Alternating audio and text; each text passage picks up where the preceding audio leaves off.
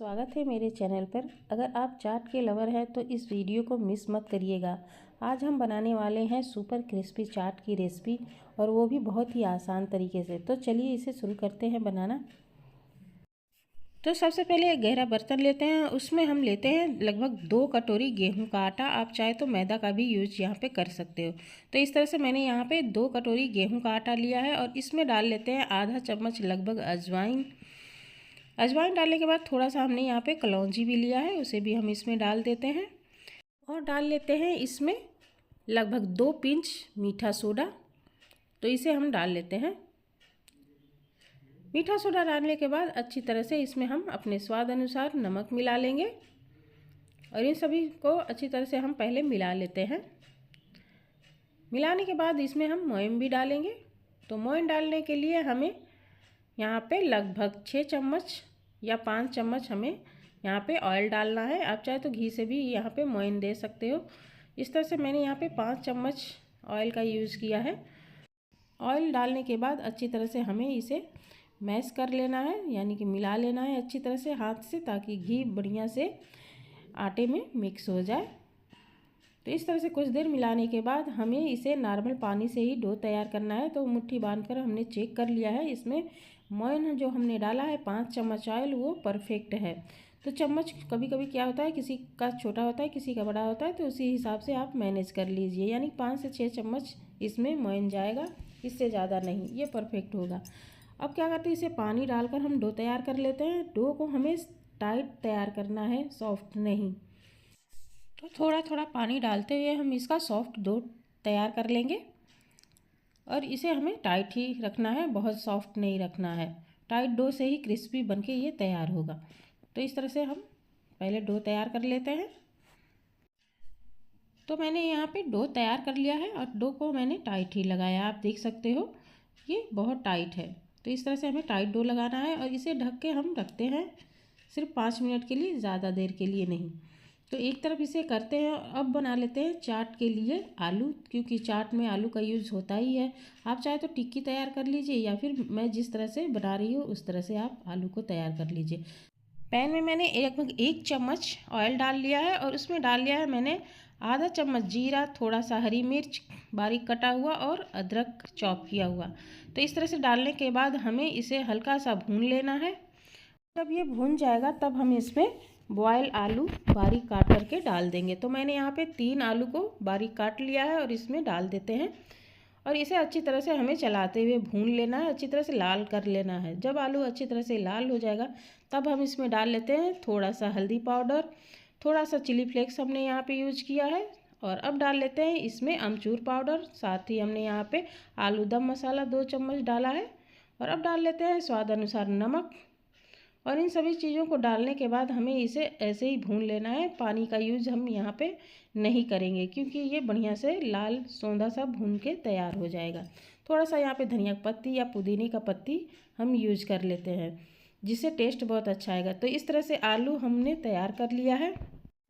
आलू हमारा तैयार हो चुका है, तो इसे हम एक कटोरी में निकाल कर एक तरफ कर लेते हैं। पैन से डो तैयार किया था ना, उसे हम एक बार फिर से मैश करते हुए सॉफ्ट थोड़ा सा कर लेंगे। तो ये हमने मैश इसे कर लिया है, और अब चलते हैं इसे बना लेते हैं, यानी कि इसके हम पेड़े तैयार कर लेंगे, लोइयाँ बना लेंगे।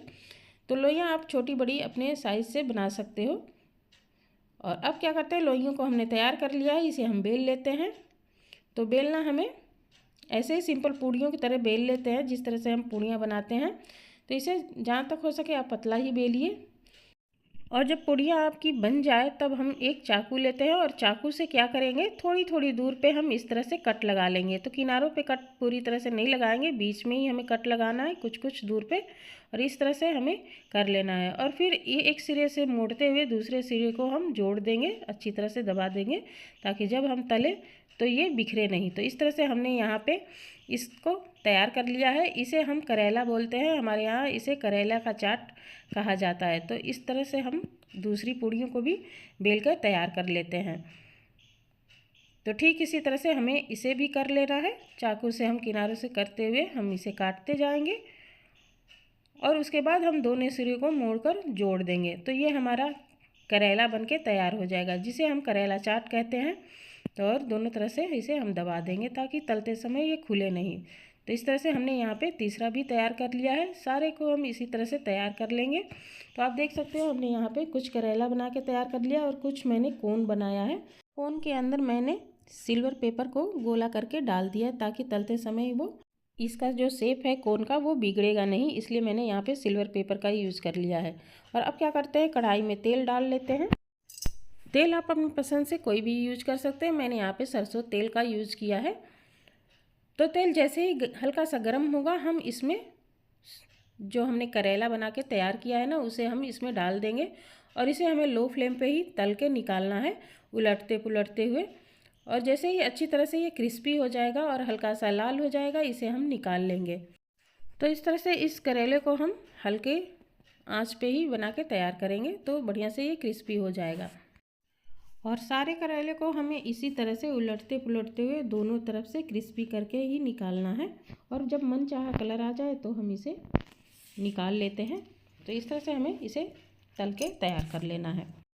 और फ्रेंड्स, आपको अगर मेरा वीडियो ज़रा सा भी पसंद आता है तो इसे लाइक करना मत भूलिएगा। चैनल को सब्सक्राइब भी कर लीजिए, साथ ही बेल आइकन को ज़रूर प्रेस करिए।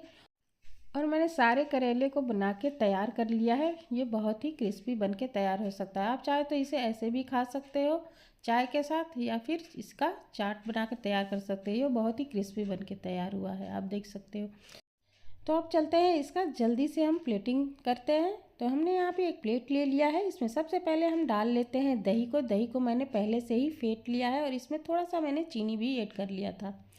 अब क्या करें, जो हमने आलू तैयार किया था ना भून के, उसे हम इस पर डाल लेंगे। उसके बाद हम इस पर इमली की चटनी डालेंगे मीठी। और उसके बाद हम यहाँ पे खट्टी मीठी तीखी चटनी मैंने बनाया है, हरी चटनी, उसे भी हम यूज़ कर लेते हैं। धनिया और पुदीने से बना के तैयार किया था। ये सब डालने के बाद इसके ऊपर हम क्रिस्पी करेला को रख लेंगे। उसके ऊपर से फिर से एक बार दही का यूज कर लेंगे। तो दही अपने पसंद से ज़्यादा या कम यहाँ पे यूज कर सकते हो। और उसके बाद हम इमली की मीठी चटनी डाल लेंगे। और मीठी चटनी डालने के बाद इस पर हम तीखी वाली चटनी भी, धनिए की पुदीने वाली चटनी डाल लेंगे। उसके ऊपर से हम यहाँ पे थोड़ा सा हमने यहाँ पे प्याज बारीक कटा हुआ डाल लिया है, साथ ही धनिया के पत्ते से गार्निश कर देंगे।